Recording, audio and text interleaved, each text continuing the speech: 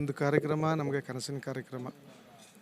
ನಾವು ಹಳ್ಳಿ ಒಂದು ಬಡ ಕುಗ್ರಾಮದಲ್ಲಿ ಎಚ್ ಡಿ ಕೂಡ ತಾಲೂಕು ಚಾಮಲಾಪುರ ಗ್ರಾಮದಲ್ಲಿ ಜನಿಸಿ ಇಲ್ಲಿಗೆ ಬಂದು ಈ ಜಾಗದಲ್ಲಿ ಒಂದು ಹೋಟ್ಲು ಮಾಡಿ ನಾವು ಹಿಂದೆನೂ ಕೂಡ ಸಿದ್ದರಾಮಯ್ಯ ಸಾಹೇಬ್ರು ಕರ್ಕೊಂಬಂದು ಈ ಹೋಟ್ಲು ಉದ್ಘಾಟನೆ ಮಾಡಿಸಿದ್ದು. ಉದ್ಘಾಟನೆ ಮಾಡಿದ್ಮೇಲೆ ನಮ್ಮದೊಂದು ಹೆಸರು ಬೈಪಾಸ್ ಮಂಜುನಾಥ್ ಅಂತಕ್ಕಂಥದ್ದೊಂದು ಹೆಸರು ಎಲ್ಲ ಕಡೆ ಚಿರಪರಿಚಿತವಾಯಿತು.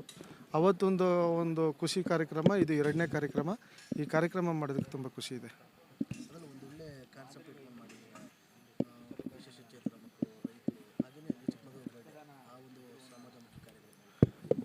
ಅದು ಏನಪ್ಪ ಅಂದರೆ, ನಾವು ಹುಟ್ಟಿದ್ದೇ ಬಡ ಕುಟುಂಬದಲ್ಲಿ ಹುಟ್ಟಿದಾಗ ರೈತರ ಪರಿಶ್ರಮ ಏನು, ಕೋವಿಡಲ್ಲಿ ಹೋರಾಟ ಮಾಡಿದ ಪರಿಶ್ರಮ ಏನು, ಅಂಧ ಮಕ್ಕಳ ಪರಿಸ್ಥಿತಿ ಏನು, ಇದೆಲ್ಲ ರೈತ ದೇಶದ ಬೆನ್ನೆಲುಬು.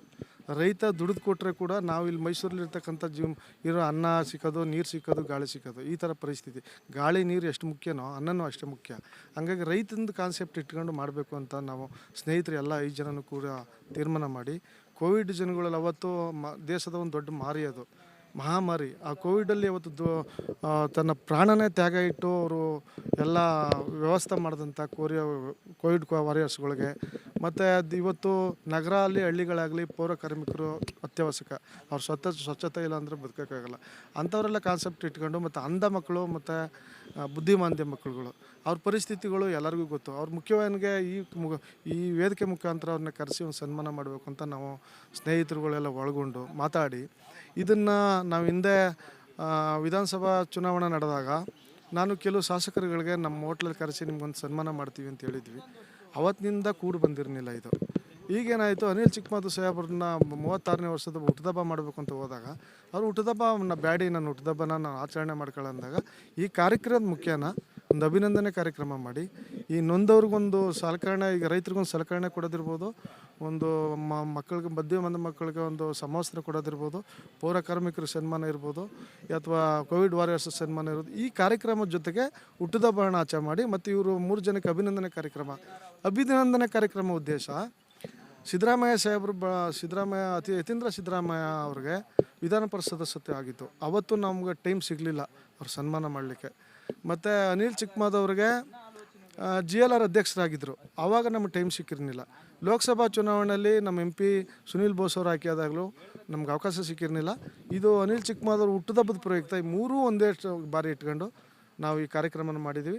ಅತಿ ಹೆಚ್ಚಿನ ಜನಸಂಖ್ಯೆ ಸೇರಿದೆ. ಎಲ್ಲ ಶಾಸಕರು ಕೂಡ ನಮ್ಮ ಕರೆಗೆ ಹೋಗ್ಬಿಟ್ಟು ಬಂದಿದ್ದಾರೆ. ಅದರ ಜೊತೆಗೆ ನಿಮ್ಮ ಮಾಧ್ಯಮದವರು ಕೂಡ ನಮಗೆಲ್ಲ ಥರ ಸಹಕಾರ ಮಾಡಿದಿರಿ. ಇಷ್ಟೊಂದು ಜನ ಸೇರಲಿಕ್ಕೆ ನಿಮ್ಮ ಪ್ರಚಾರನೂ ಅತ್ಯಗತ್ಯ.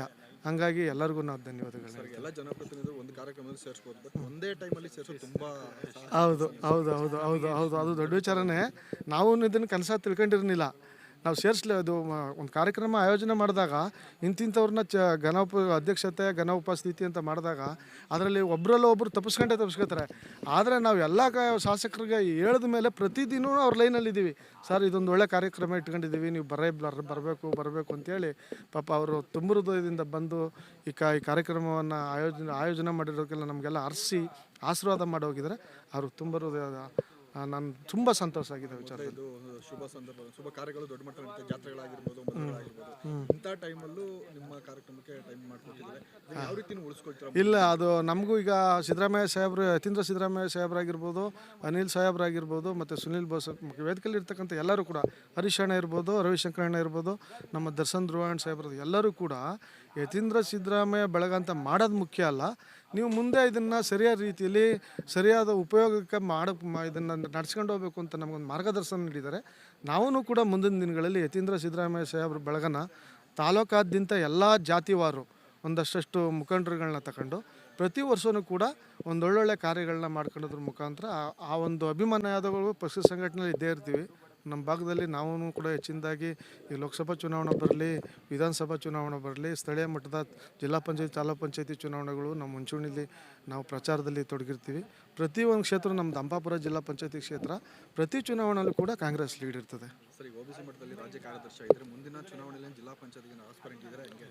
ಇಲ್ಲ, ಅದು ನಾನು 2 ಬಾರಿ ಗ್ರಾಮ ಪಂಚಾಯತಿ ಮೆಂಬರ್ ಆಗಿದ್ದೆ, ನಮ್ಮ ಮಿಸ್ಸಸ್ ಅಧ್ಯಕ್ಷರಾಗಿದ್ದರು, ಮತ್ತು 2 ಬಾರಿ APMC ಮೆಂಬರ್ ಆಗಿದ್ದೆ.